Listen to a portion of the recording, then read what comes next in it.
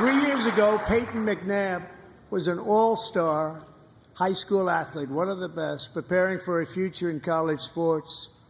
But when her girls' volleyball match was invaded by a male, he smashed the ball so hard in Peyton's face, causing traumatic brain injury, partially paralyzing her right side and ending her athletic career. It was a shot like she's never seen before. She's never seen anything like it. Peyton is here tonight in the gallery, and Peyton, from now on, schools will kick the men off the girls' team, or they will lose all federal funding.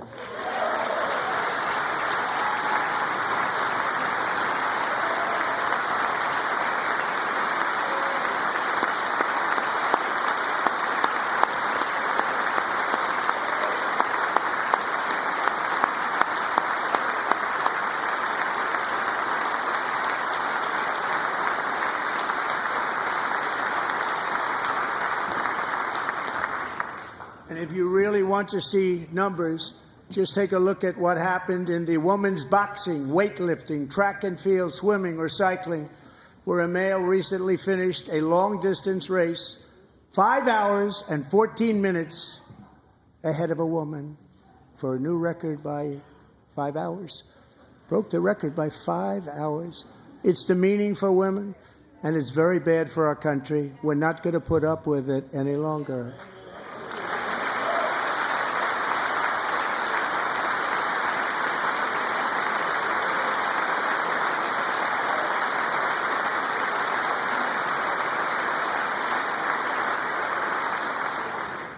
What I have just described is only a small fraction of the common sense revolution that is now, because of us, sweeping the entire world. Common sense has become a common theme, and we will never go back. Never. Never going to let that happen.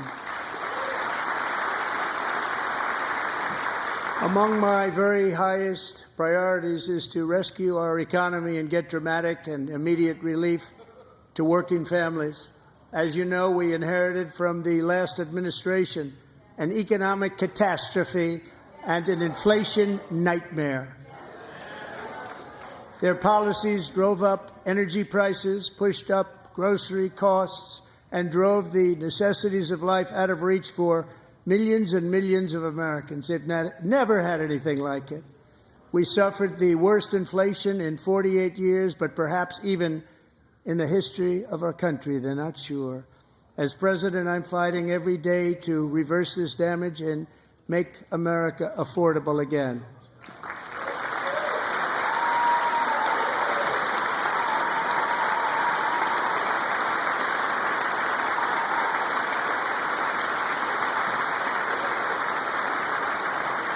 Joe Biden especially let the price of eggs get out of control. The egg price is out of control, and we're working hard to get it back down. Secretary, do a good job on that. You inherited a total mess from the previous administration. Do a good job.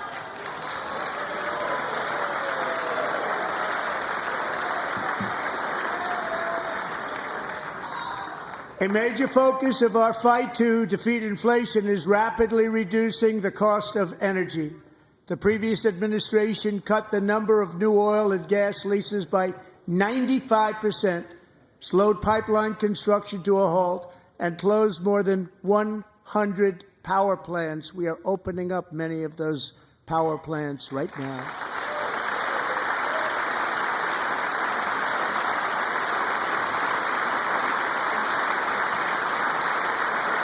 And frankly, we have never seen anything like it. That's why on my first day in office, I declared a national energy emergency. As you've heard me say many times, we have more liquid gold under our feet than any nation on earth, and by far. And now I fully authorize the most talented team ever assembled to go and get it. It's called Drill, Baby, Drill.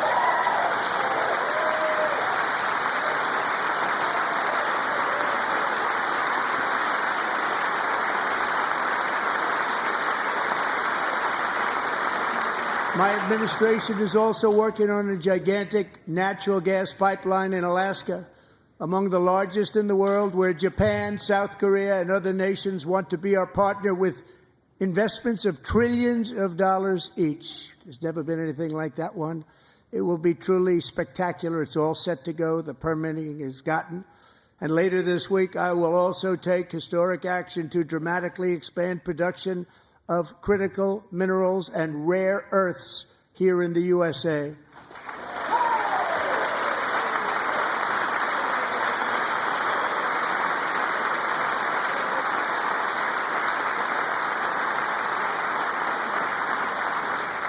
To further combat inflation, we will not only be reducing the cost of energy, but will be ending the flagrant waste of taxpayer dollars.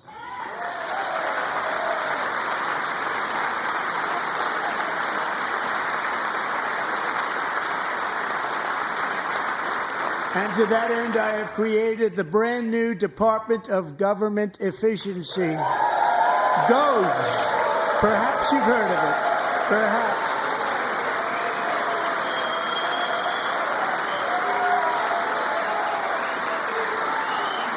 Which is headed by Elon Musk, who is in the gallery tonight.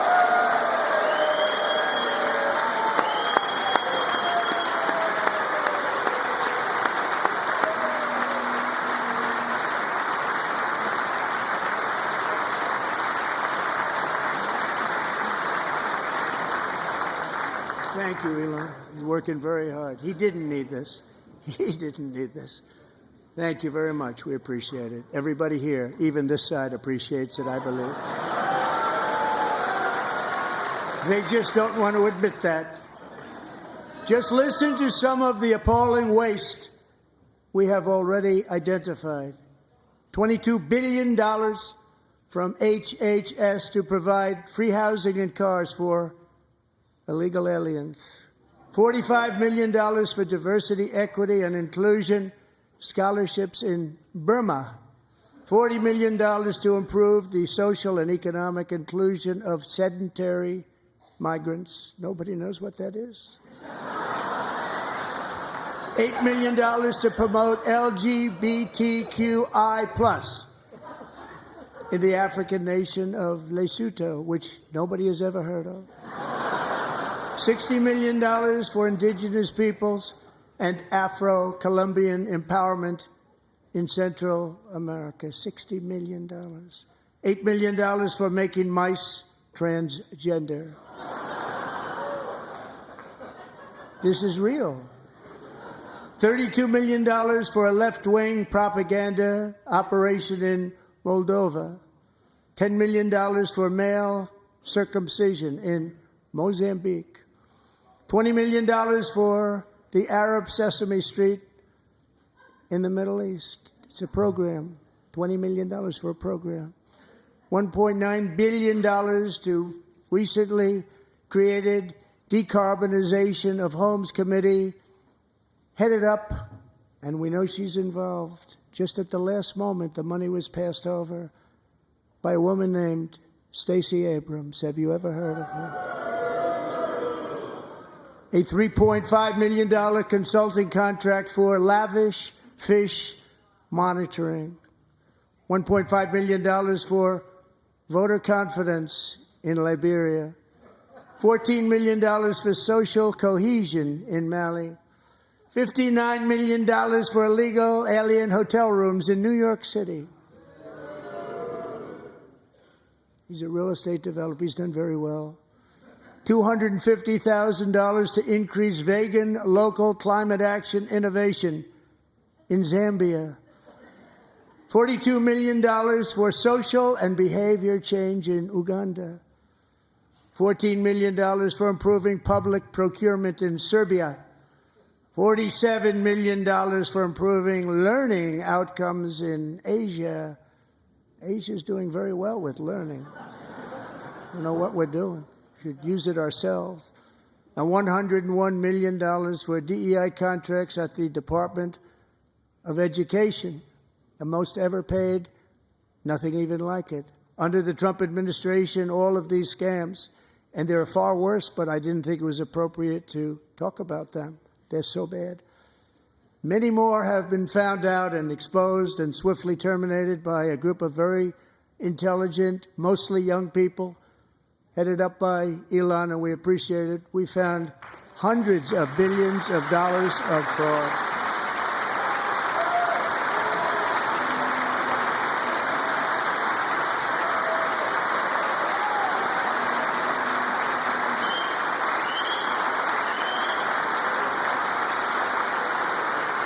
And we've taken back the money and reduced our debt to fight inflation and other things.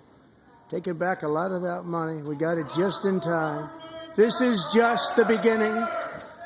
The Government Accountability Office, a federal government office, has estimated annual fraud of over $500 billion in our nation, and we are working very hard to stop it. We're going to.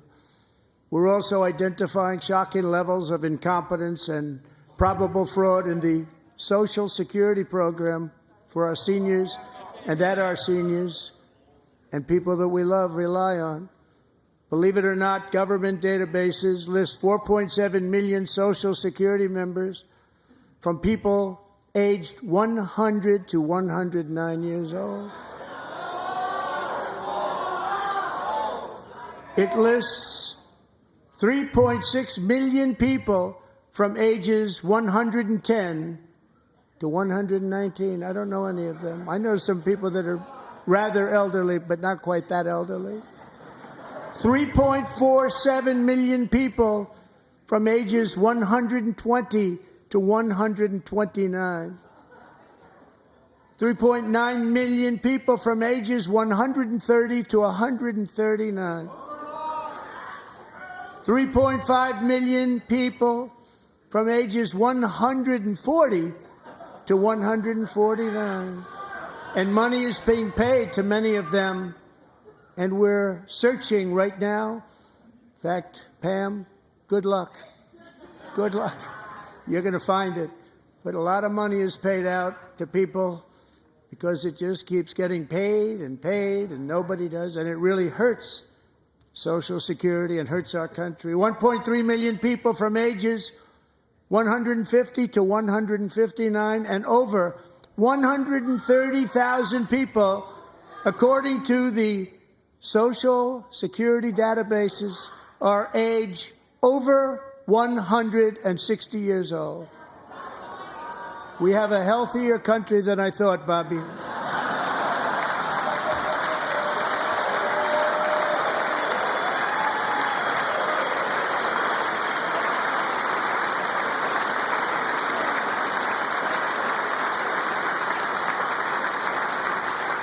Including, to finish, 1,039 people between the ages of 220 and 229, one person between the age of 240 and 249, and one person is listed at 360 years of age. More than 100 years older than our country.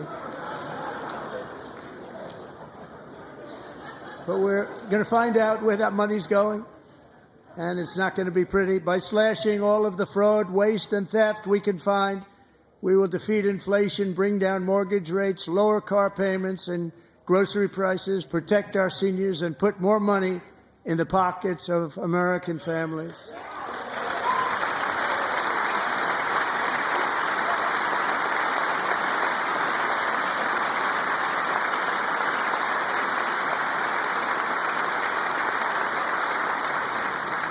And today, interest rates took a beautiful drop, big, beautiful drop. It's about time. And in the near future, I want to do what has not been done in 24 years, balance the federal budget. We're going to balance it.